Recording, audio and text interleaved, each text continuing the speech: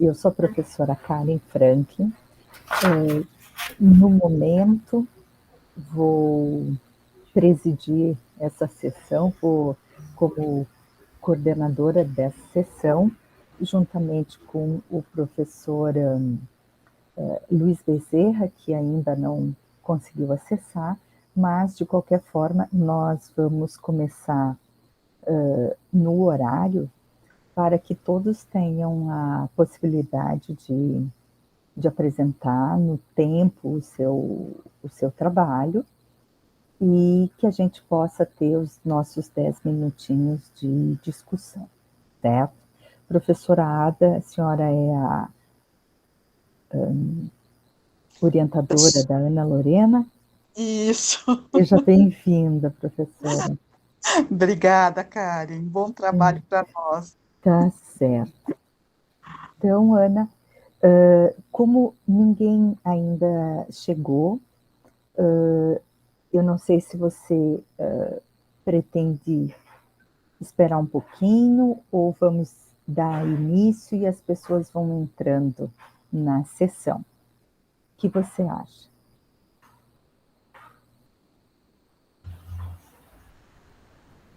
Tá. Deixa eu ver aqui o meu chat. Tá. Ana, sim. Tá ótimo. Então, Ana, vamos fazer o seguinte. Então, nós vamos dar início. Você vai ter 3 minutinhos. 3 minutinhos, não. Eu estou olhando as várias mensagens aqui da coordenação, desculpe. Você vai ter 20 minutos para apresentar o seu trabalho e nos últimos 10 minutos nós vamos fazer uma rodada de discussão. Como os outros candidatos, os outros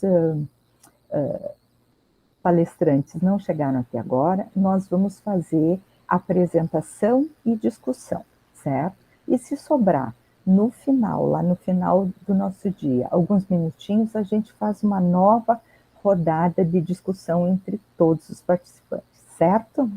Então, Ana, eu passo a palavra para você. Se você... Só um minuto. Sim, Camila, só um minutinho, licença, antes de começar, eu tenho alguns recadinhos para passar.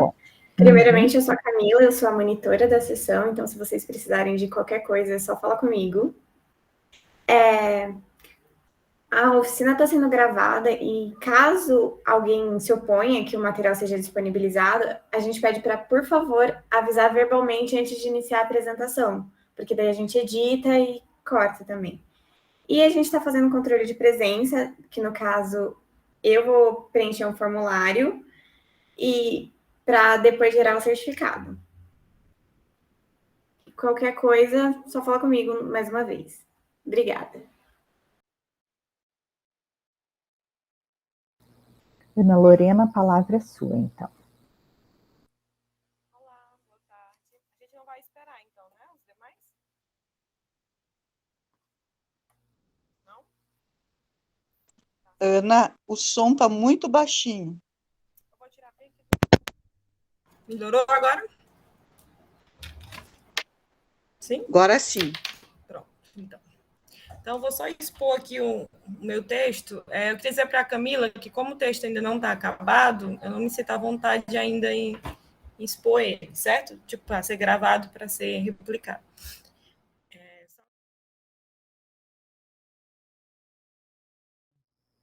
Mais uns 10 minutos. Boa tarde, professor Luiz Bezerra. Eu tomei a liberdade de lhe substituir nessa primeira apresentação, porque estávamos com dificuldade de entrar no link também, né? A Ana Lorena já apresentou e optamos pela apresentação seguida de discussão à medida que as pessoas vão chegando nas apresentações. Muito boa tarde. Só para agradecer a Karen. E pode continuar, Karen. Eu acho que você pode continuar conduzindo o trabalho mesmo até o final, sem problemas. Tá? Eu agradeço por fazer isso. Eu vou passar a palavra para o Edilson, da Universidade Federal do Maranhão. Por favor, Edilson, você tem 20 minutos para sua apresentação, seguido de 10 de comentários, tá? Tá, tudo bem. Eu vou tentar compartilhar aqui, tá? Que eu tenho um slide, eu tenho que mandar para vocês, aí vocês compartilham, eu posso compartilhar aqui mesmo. Pois é, esse slide que eu estou compartilhando para vocês, ele é o mesmo slide da apresentação da defesa da dissertação, né? Lá no programa do Prof. Filo da UFMA, né? Uhum. E, Então, Edilson, você já defendeu? eu sou Esse é o seu trabalho final. Eu sou da primeira turma de 2017, eu sou egresso já, digamos. Ótimo. Então, vamos Vocês estão ouvir. vendo minha tela? Sim, tá tudo certinho? sim. Então, eu vou iniciar o modo apresentação, você vai me falando quando eu tenho que passar o slide, ok? Tá bom. Então, gente, ó, desculpando a demora aí, né? O título da minha dissertação, da minha pesquisa, né? Ele foi Contextos, né? A reflexão filosófica no diálogo com o mundo, arte, cultura e ciência. Aí, pegando o gancho aqui da apresentação da colega, por isso que eu estava falando dos filmes, né? Porque muitas vezes a gente tem uma aula, a gente entra na aula com o roteiro do livro didático, e o livro didático, ele é aquela coisa só, parece como um bloco mesmo de tijolo que você coloca ali em cima da mesa e os alunos não fazem ideia do que é aquilo, né? E sempre quando você ia para um aluno, para um assunto, né, lateralizado, para um assunto transversal, falar de copo descartável, né, falar de alguma coisa, a aula de filosofia, ela tinha uma certa forma de atrair muito mais a participação dos alunos do que você ficar falando necessariamente da morte do Sócrates lá na Grécia, porque que ele foi julgado, né? Quando você falava do prefeito da sua cidade e falando das injustiças que algumas pessoas sofriam por causa de uma perseguição de determinado político, isso parece que se tornava mais próximo a nós do que a própria situação do Sócrates. Pode passar, Camila.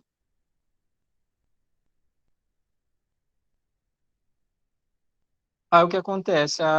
Eu tive como os objetivos da pesquisa, né? Examinar as metodologias dos livros didáticos, né? Utilizados no ensino da filosofia, no ensino médio.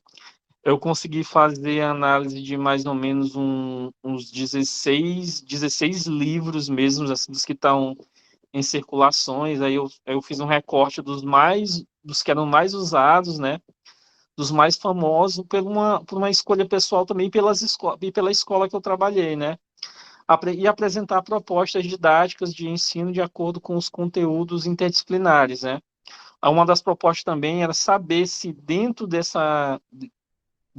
conteúdo eles apresentavam alguma didática interdisciplinar, né? E analisar a relação dos alunos com essas práticas interdisciplinares.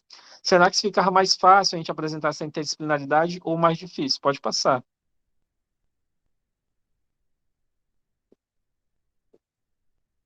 Aí esse aqui foi o meu sumário, tá? Não vou perder muito tempo com isso aqui. Aí eu tentei fazer um recorte, fazendo uma análise de filosofia com arte, filosofia com cultura, filosofia com ciência, né?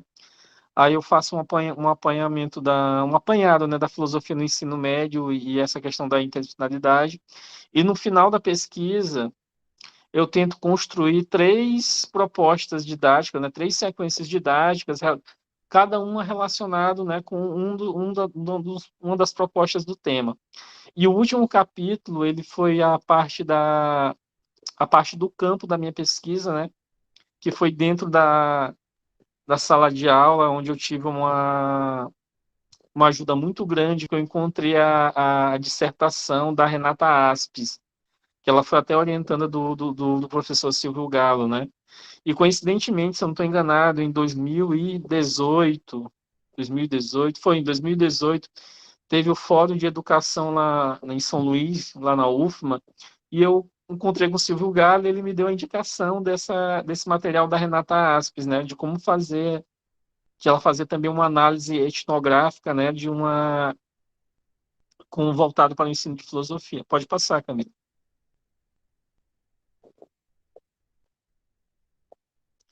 Então, gente, essa contextualização, ela se dá exatamente porque, como a gente estava falando agora há pouco, né? será que não é mais interessante a gente falar de um tema, falar de um filme, falar de uma poesia, de um acontecimento, né? Então, esse contexto ele vai estar dentro do dia a dia do aluno, né? Por exemplo, agora, como a professora Karen falou, né? Mas o aluno ele está o tempo todo lendo, ele está o tempo todo ou lendo uma foto, ou lendo um texto de internet, né? Então, aí às vezes a gente, na nossa pedância, na nossa arrogância, a gente chega assim, a música que o aluno, ele vai, vamos escutar um Beethoven hoje, né? A Nona Sinfonia de Beethoven, né? Sintam a força estética dessa música, né? E o aluno, ele nunca ouviu aquilo, ele nem sabe identificar aquilo. Uma vez, uma prova minha, estava escrito lá Beethoven, o aluno achou que era o filme do cachorro, né? E parece que muitas das vezes a filosofia ela se mostra distanciada desse mundo. Então, a minha proposta dessa questão desse diálogo contextual sempre foi contextualizar isso e tentar mostrar para eles que dentro das disciplinas, né, que eles estudam, tanto geografia, química, matemática, física, biologia, há um quê de filosofia, e que esse quê de filosofia poderia ajudar eles tanto nas outras disciplinas quanto na vida. Pode passar. E como já foi citado aqui o Deleuze, né, eu também uso um pouco do Deleuze, porque o Deleuze ele parte da proposta dele de filosofar sobre o caos, né, e também de utilizar dos conceitos. Então, o conceito ele é muito importante porque ele vai ajudar o aluno a identificar o conceito e, a partir dessa identificação e ressignificação desse conceito, o aluno consegue praticar essa habilidade filosófica de identificação desse conceito, talvez até ressignificar alguns conceitos antigos, né? Ou identificar alguns conceitos novos, e a partir disso ele consiga filosofar sobre o mundo, ou ter uma visão filosófica, uma visão crítica sobre o mundo a partir dessa identificação dos conceitos, né? O Silvio Galo, quando ele propõe essa relação deleuziana, né, de caos, potência, ele apresenta que a filosofia, a arte e a ciência, elas são potências do pensamento. Então, um pouco da minha ideia partiu também dessas leituras, né, do Deleuze, em paralelo com a leitura do professor Silvio Galo. Pode passar também.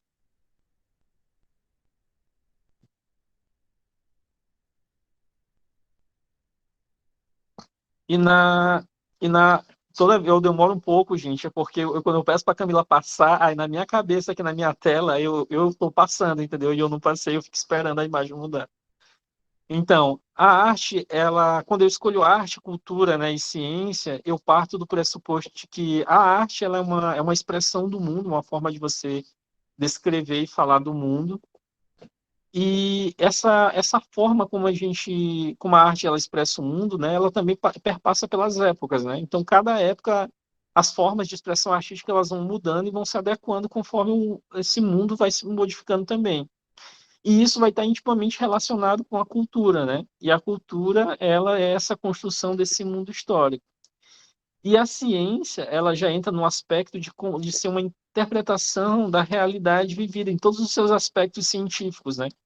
Como nós, das ciências humanas, nós damos uma visão de mundo quando nós começamos a questionar os sistemas de poder, a questionar conceitos que eram até então escondidos, né, ou disfarçados, como racismo, machismo, né,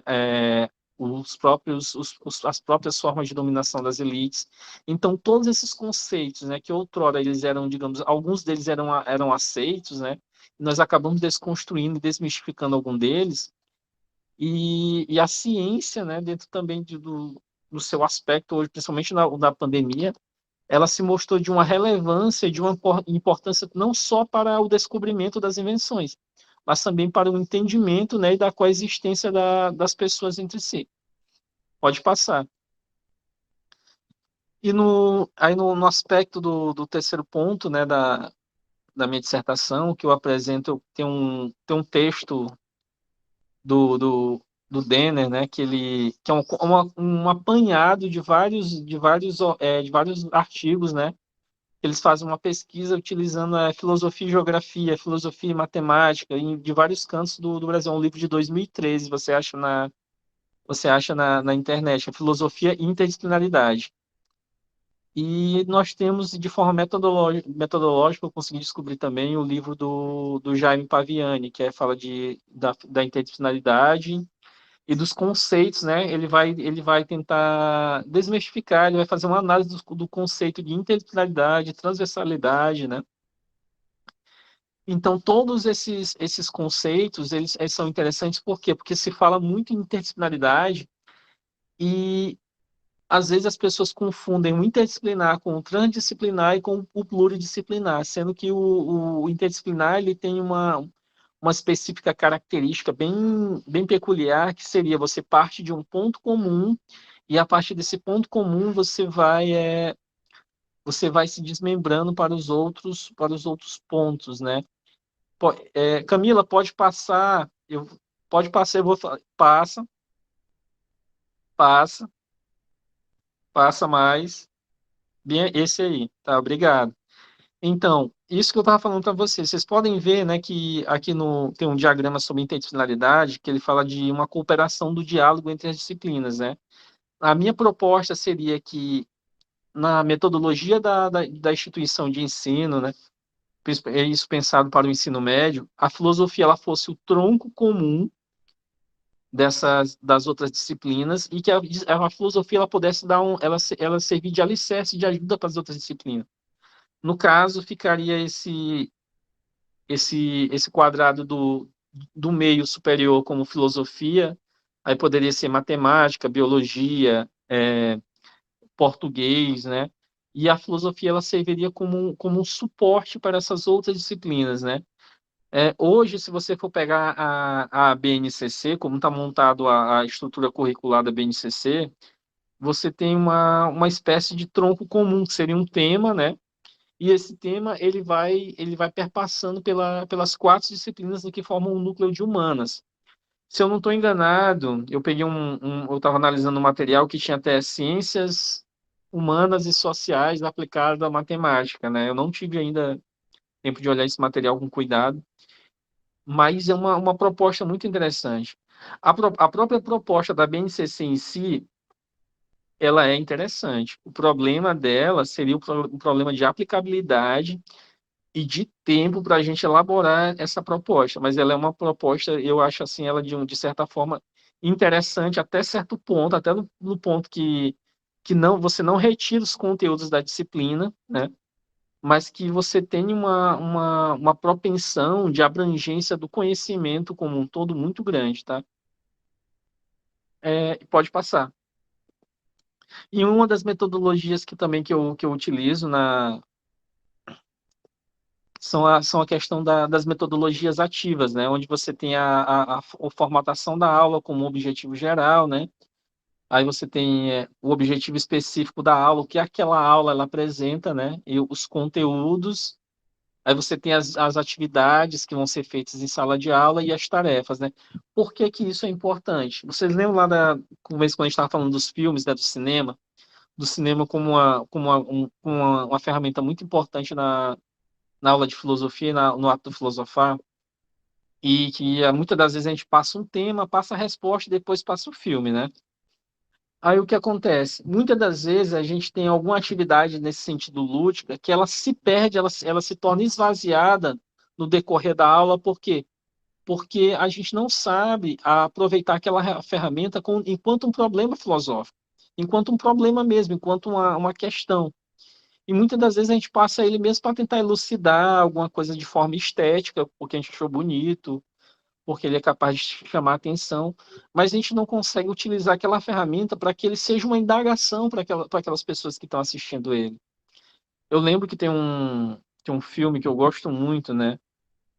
Que é O Homem que Fazia Chover, que é um livro, que é um filme que é baseado nos livros do John Grisham, que é um autor do direito. E ele coloca questões, né? A questão que o filme e o livro colocam, né? Até que ponto a ciência do direito ela consegue ser justa na sua aplicabilidade, né? que mecanismos ela consegue resguardar para se fazer a justiça. Então, esse é um ponto, né? Aí vai mostrando vários pontos, né? Os acontecimentos lá dos personagens, mostrando um advogado que está lutando contra um advogado de um escritório pequeno, lutando contra uma seguradora de seguro de saúde na década de 90, onde um rapaz ele estava com HIV e a seguradora não queria cobrir um tratamento experimental para esse rapaz, né? E aí mostra que ele morre, e a família lutando, né, para ter o direito a, ao benefício que foi negado para o rapaz, né? Aí fica sendo colocado muito tempo a questão do que é justo, né? O que é de direito de cada um. Então são temáticas assim, se a gente pega, passa o filme, né, e pergunta e começa a questionar um filme, uma música, um poema, ou você começa uma aula mostrando um quadro para eles e perguntar o que é que vocês pensam quando vocês veem essa obra, o que é que vocês pensam de determinada coisa, né? Aí vão na página do livro, na página 17 do livro, no capítulo 3 e leiam, aí vocês vão tentar. É como se é uma dinâmica, como se fosse uma dinâmica de inversão. Essa questão da contextualização, ela funcionaria dessa forma. Ou então pegar, o que seria interessante também, eu tinha idealizado, seria saber o que é que o professor de física, o professor de biologia, o que é que eles estão trabalhando na aula deles. E a partir dessas outras disciplinas a gente pudesse trabalhar e formatar a nossa própria aula, né?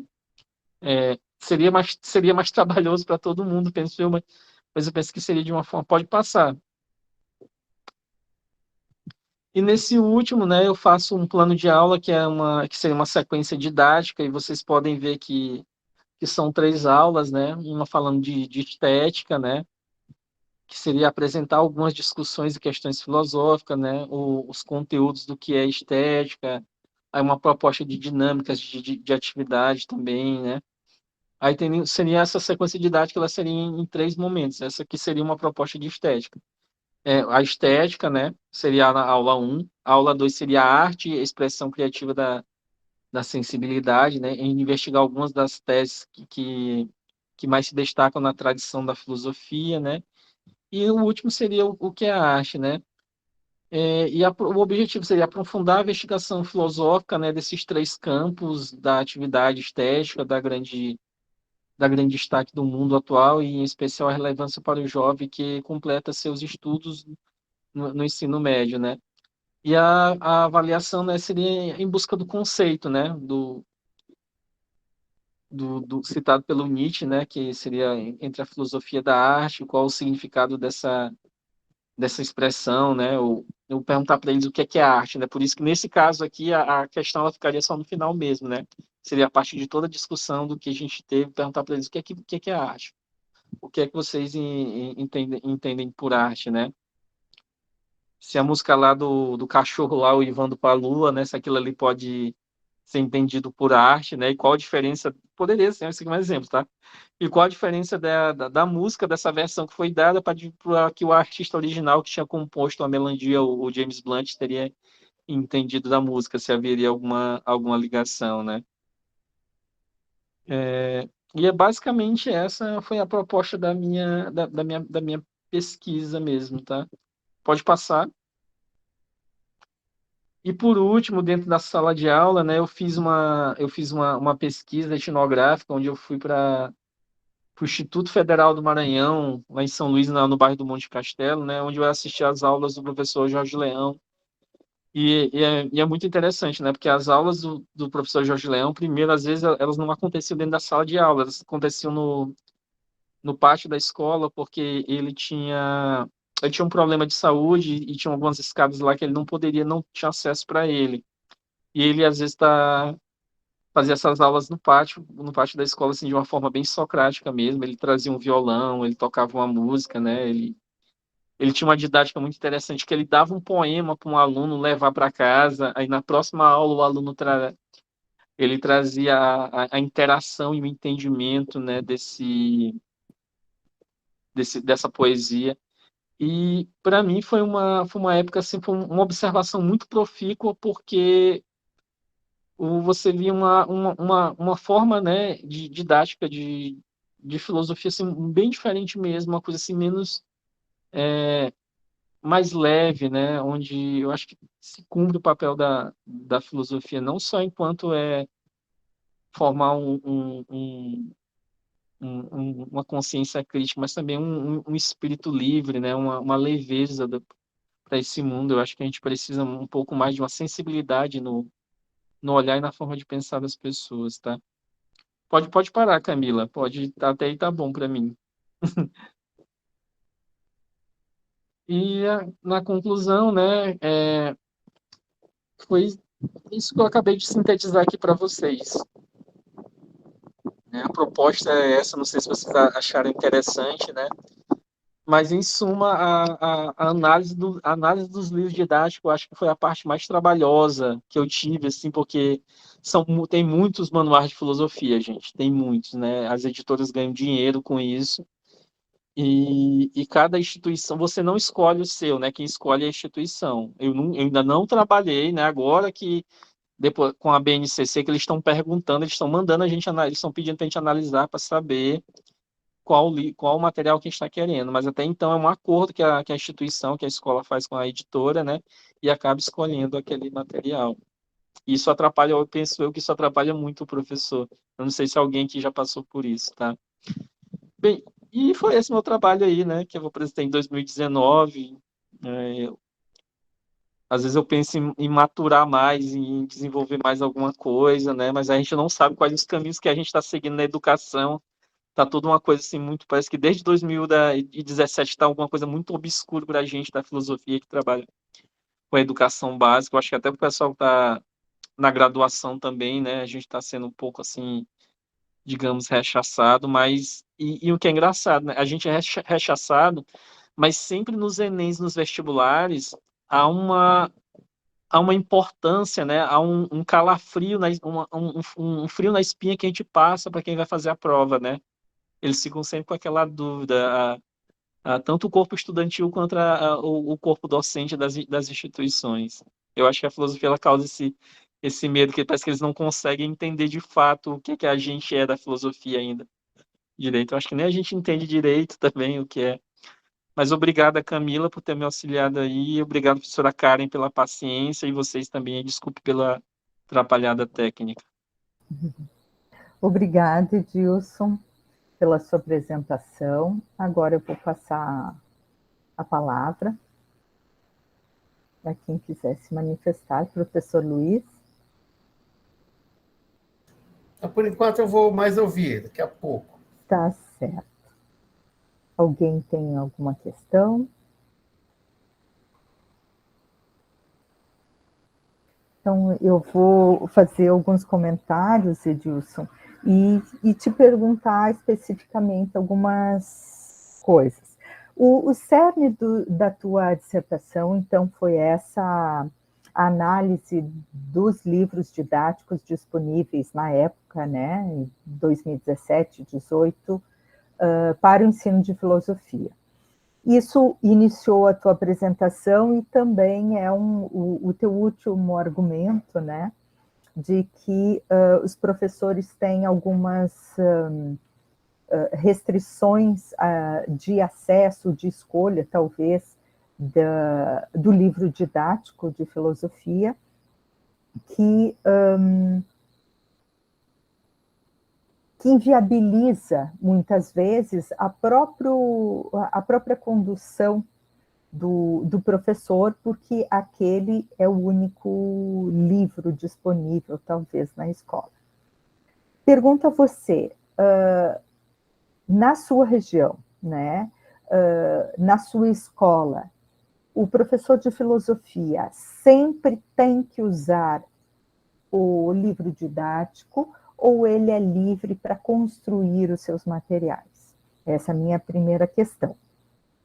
Sobre a sua proposta, né, de pensar a filosofia nessa interdisciplinaridade com as outras disciplinas de humanidades, eu acho que estamos a caminho disso, né? Por mais que estejamos abalados nos últimos acontecimentos aqui no Paraná, principalmente a diminuição da carga horária da filosofia, mas a sua manutenção em importância no ensino médio já deixa uma pista, né, dos desafios desses professores de filosofia e até mesmo da formação desses futuros professores de filosofia, de darem conta desse trabalho interdisciplinar, a partir de um tema, de um projeto, etc. Né? E interessante porque esse contexto interdisciplinar, ele é próprio da escola, né? Ele é próprio da escola porque é uma apreensão do mundo. O mundo não é vivido sob os auspícios de uma disciplina, não. O mundo é vivido nessa interdisciplinaridade, né? Pluridisciplinaridade, talvez, e que o estudante é aquele que tem que dar conta de fazer sentido em todos esses conteúdos que os professores levam a eles. Eu achei muito interessante essa tua pesquisa, porque ela põe uma luz neste problema, né, de que o conjunto de professores também tem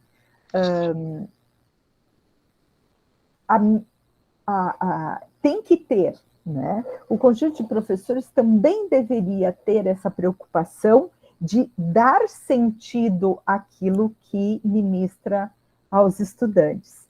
E aí eu queria saber de você se essa situação do ensino de filosofia na busca de sentido, ela continua depois de uma pesquisa assim? Você avançou nas suas pesquisas de sequências didáticas ou de propostas mais inusitadas para os alunos ou mais inovadoras para sensibilizar esses alunos? Só está me ouvindo, professor? Bom, a primeira questão que a senhora perguntou, né, se o professor ele tem que usar o livro, né? A professora, até eu tenho 11, eu vou fazer 11 anos de sala de aula, né?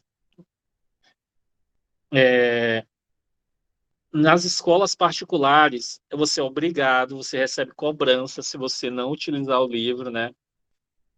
Pai, ele vai na coordenação, reclama, olha, a gente comprou o livro, e um livro no Brasil, um livro didático, ele é muito caro, gente, ele custa mais de R$ 300, um livro que eu acho isso um absurdo, assim, do tamanho do universo, um livro didático custar R$ 300. E o pai que compra aquele livro, ele não está errado, ele tem que material escolar, em escola particular, dá uns 5 mil, 6 mil reais de material escolar. Aí tu compra um monte de livro, aí para o menino não usar o livro. Eu não acho que o pai está errado, eu acho que está errado é a sistemática como a gente trabalha com esses livros, né? Eu, por exemplo, quando eu estou dando minhas aulas, independente de usar o livro ou não, eu uso uns 4, 5 livros manuais didáticos desse, diferente, né? Porque sempre tem uma coisa interessante aqui de alguma coisa que alguém pesquisou e você utiliza, né? Fora os seus outros conhecimentos, você não fica... Eu penso que nós, da filosofia, nós somos muito criativos, né? E a gente não fica refém e limitado àquele livro de 400, 500 páginas, mas a gente é obrigado.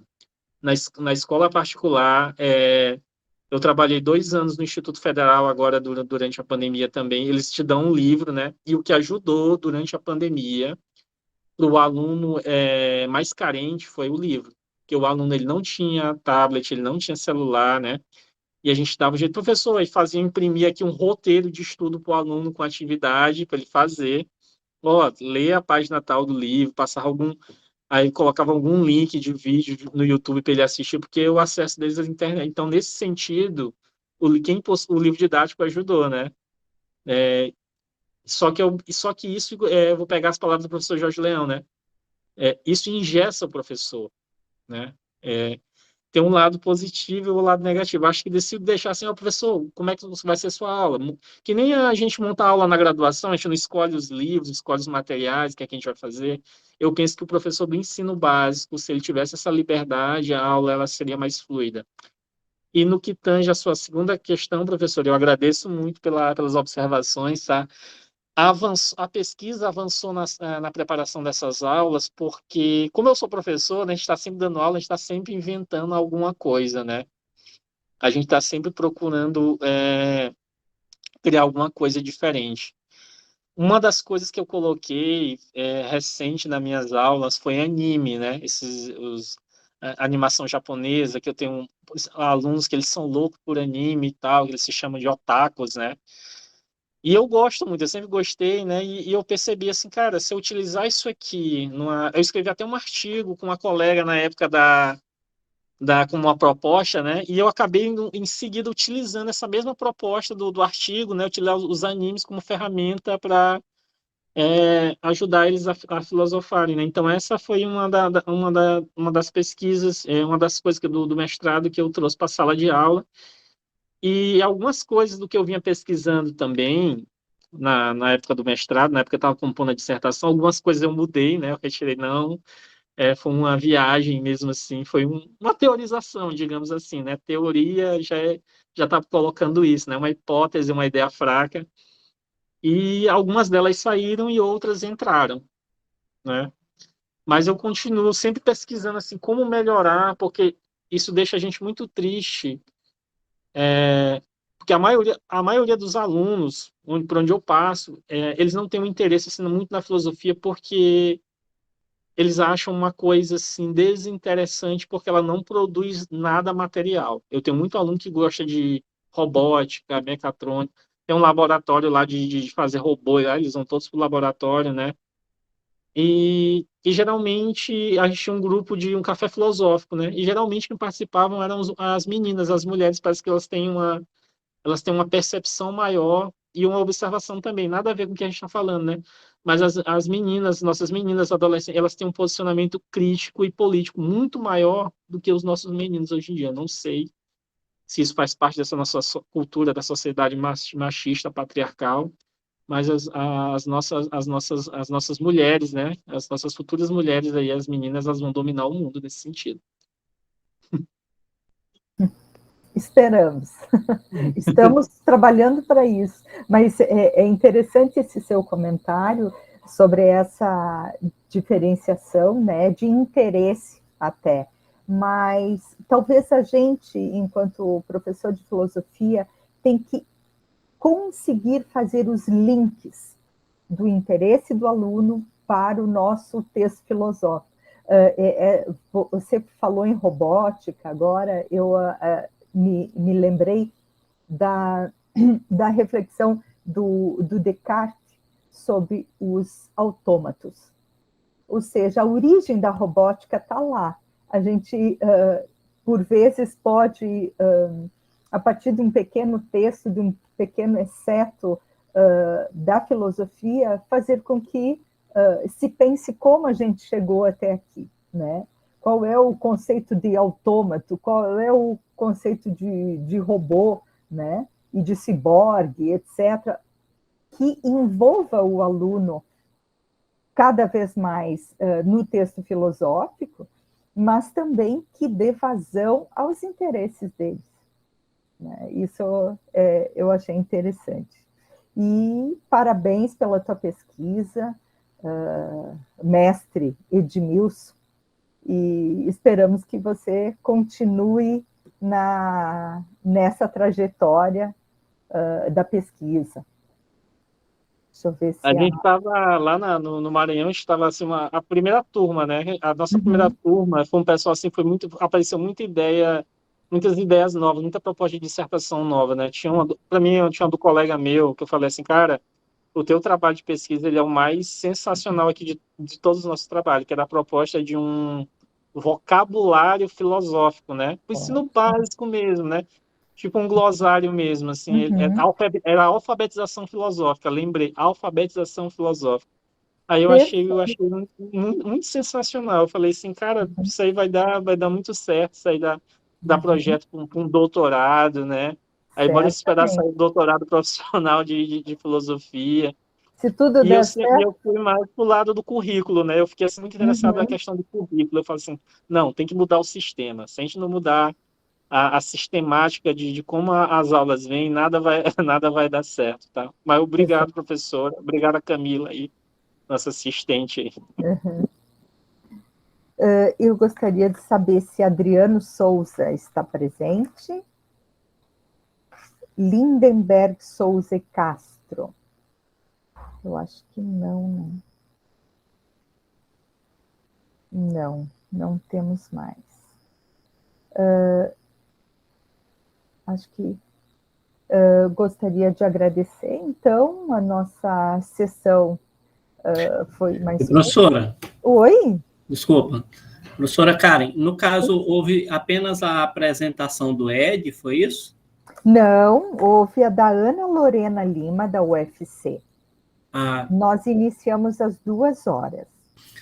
Tudo bem, eu faço essa pergunta porque eu estava em reunião aqui com o Colegiado Nacional e se estendeu um pouco mais além do horário previsto, por essa razão que eu cheguei atrasado aqui ao encontro, viu? Mas agradeço a informação.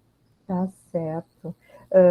Mas seja bem-vindo às nossas próximas sessões, que iniciam às 19h, né?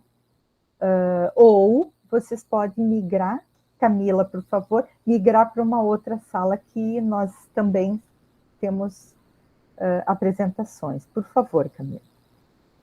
Só uma correçãozinha que começa às 18. Às 18. 19. Desculpe. Esse erro foi um engano. Aqui, por exemplo, nós paramos para almoçar aqui em Cuiabá, era 1h30, horário de Brasília, mais ou menos. Por isso que eu também cheguei atrasado, porque nós estamos no horário de Cuiabá. Depois que nos informaram que o horário das comunicações é de Brasília. Exatamente, professor Luiz. Exatamente isso que ocorreu. E aproveitando um gancho aqui na fala do Ed, né? Ele citando aí a questão do doutorado em filosofia, hoje aqui na reunião a gente ouviu aqui uma possibilidade de doutorado em história, viu? Então, acho que é sinal de que coisa boa está por vir. Professor Luiz? Vamos esperar para que as coisas de fato aconteçam nesse sentido, né? Uma coisa já é fato, que é a aprovação do regimento do Prof. Filo para extensão, né? Para ampliação aí dos cursos, de oferta de curso. Então, isso já é um sinal muito positivo aí para quem trabalha com filosofia e para quem tem interesse também de cursar um mestrado profissional. Em 2023 teremos mais 10 instituições, e mais ou menos isso, né? Exatamente. 10 instituições e vamos seguindo. Em breve, quem sabe, sinalize uma possibilidade de doutorado. Professor Luiz, o senhor é da Universidade de Cuiabá ou da São Carlos? Sou de São Carlos. Sou da São UFSCar. UFSCar. Para o evento aqui em Cuiabá. Tá certo. Bem, eu acho que podemos encerrar, Camila? Eu acho que sim, se vocês quiserem que eu confirme com a minha equipe, mas eu acredito que sim, podemos, já que não apareceu mais ninguém. Vamos Ótimo. assim. Então, tá bom. Eu agradeço a presença de todos, professor Luiz, as pessoas que apresentaram, as pessoas que estão assistindo, e aguardamos a todos às 18h, certo? Boa tarde.